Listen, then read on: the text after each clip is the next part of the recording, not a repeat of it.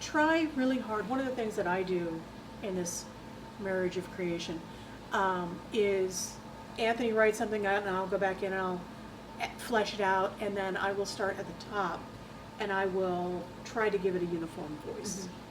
To make certain, we've been working together for so long, our styles do primarily match, but if we have too many of the same descriptive, we thank our editor for catching the fact that cacophony was apparently a very favorite. Grim. Oh, those. Yes. Yeah. That's so, fun. Yeah. So, trying to catch those. Trying to use other adjectives. Yes. Please. Yes. Not everything is a grim reckoning. Yeah. Repeating words are so much fun because they get the effect out there. Yes, but not in every third page in every chapter. It gets a little much at that point. So It gets grim. it does. It does get grim. I'm sorry. Oh my gosh. And when you're writing, like, do you ever have music going? Oh, yeah. To kind of set. Okay. Do you have similar? Let's go. Oh, What no. music do you like? What music do you like? Let's hear. Mine has been, so this next story is set on a train. So as I'm writing, what's been really helping is listening to ambient Western music. Okay. Like the musical scores from The Good, the Bad, the Ugly, Once Upon a Time in the West. Various television shows where you have that long harmonica bass, light guitar strum, where you can feel the desert, you can feel the wind, and that's what I'll do. And like when we were writing Blood Tithe, that was drinking red wine, listening to rainstorms, because the big fight in Blood Tithe, there's a rainstorm that's happening, and so I like the thematics, and sometimes it's just my goth playlist. Okay. Goth industrial. I create playlists for the characters on Okay. Spotify. And that might mean that I'm sitting listening to Spotify for a couple of days, picking songs that I like, and then if I'm focused on writing a pair of characters or a single character, I have that playlist up and I just have it on heavy repeat, so that helps me stay in the feeling and the mindset of the character. Okay. Because that's kind of what I do. Anthony gives me the skeleton and then I flesh it out and I make the characters more human. Okay. And that's, I have a specific playlist designed for Jalen and Lyric, and their relationship, and their very complicated relationship, and depending on where I am in a scene with them, I may start it a little further in, or I may put a specific song on heavy repeat, because that's the mentality that I want to continue reminding myself of. Cool. Yeah. It's interesting to hear like the different playlists also that you both have going on while you're writing the same book. Yeah. Yeah. And any specific, my favorite other third question is, where do you like to write? Like, where's your ideal writing space?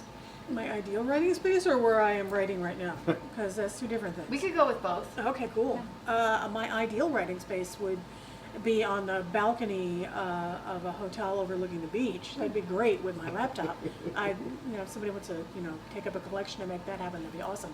But right now, my writing space is at my desk workspace in my home office. With maybe a picture of the beach. That's what you need. Maybe is that what I need? Yeah. Ocean wave maybe, sounds. Yeah, maybe that might help. Get you one of those the lithograph ones, so every time you yeah. move your head, it just look the waves are going. That's cool. I mean, we're in Arizona. At least we have the sand.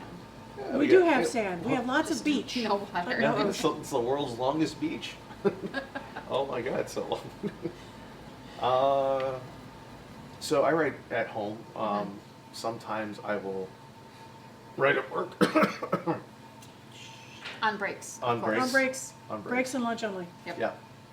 Only when he's not on the clock. Yep. Just to clarify. But yeah, and it's usually at night. If I happen to jot something down at work, it's usually because I'll get hit with a bit of inspiration, because like I'll be working and thinking about something, and then suddenly it pops, and I just have to get it down enough to a skeleton enough. Then I send it to myself, and then when I get home, uh, once once night comes down, then I start going at it and fleshing it out even more. Excellent. So, yeah.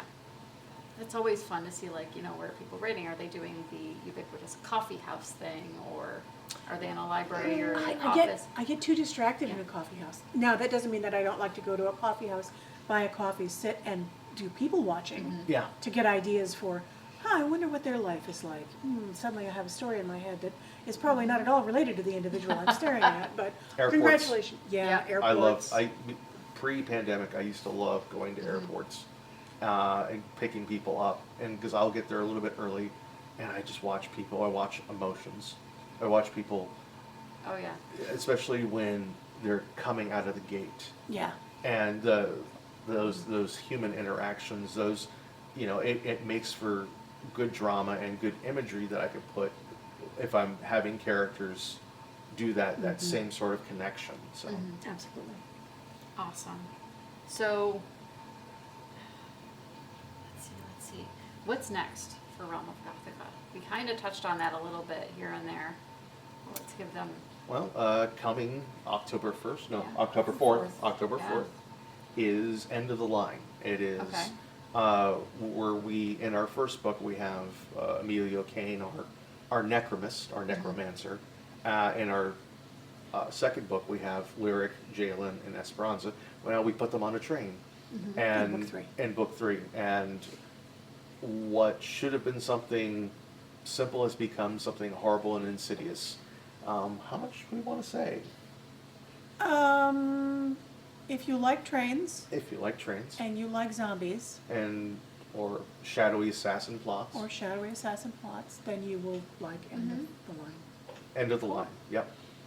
So, and then after that, we sat down recently and I think we mapped out 9 books. For this series? For Yep. this series. So, okay, because that was going to be my next question, because End of the Line to me sounds like the final book in a series.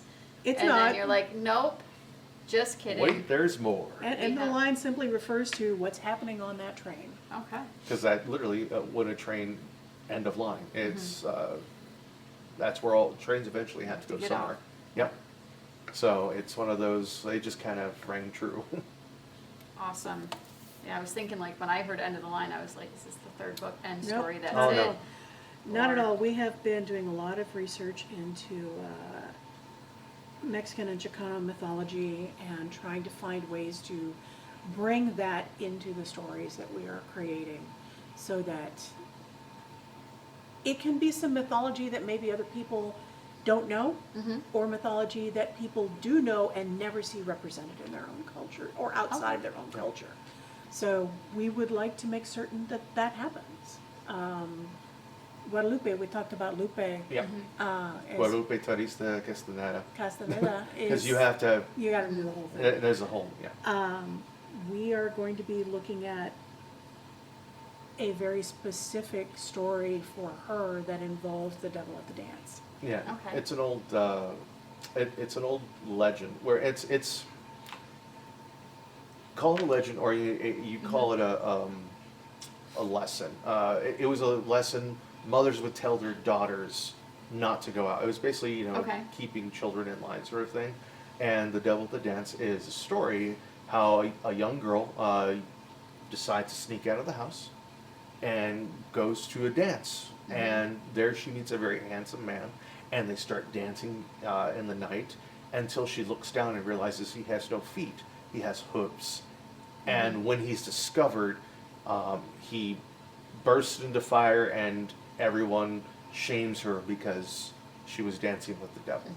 And it's I really liked that story, and so I decided to run with it in the world, because there are entities. I mean, we're dark fantasy, so of course we have vampires, we have ghouls, we have werewolves, but we have other supernaturals, and I thought this would be a good Yep. lead-in Yeah. for that.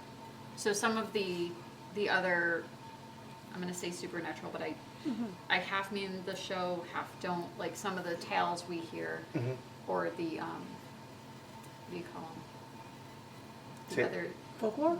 yeah, Yeah. like folklore stories that we hear, but we always see the the same, like the prom night one Yeah. represented, but we hear all these other ones that are kind of like not as present in pop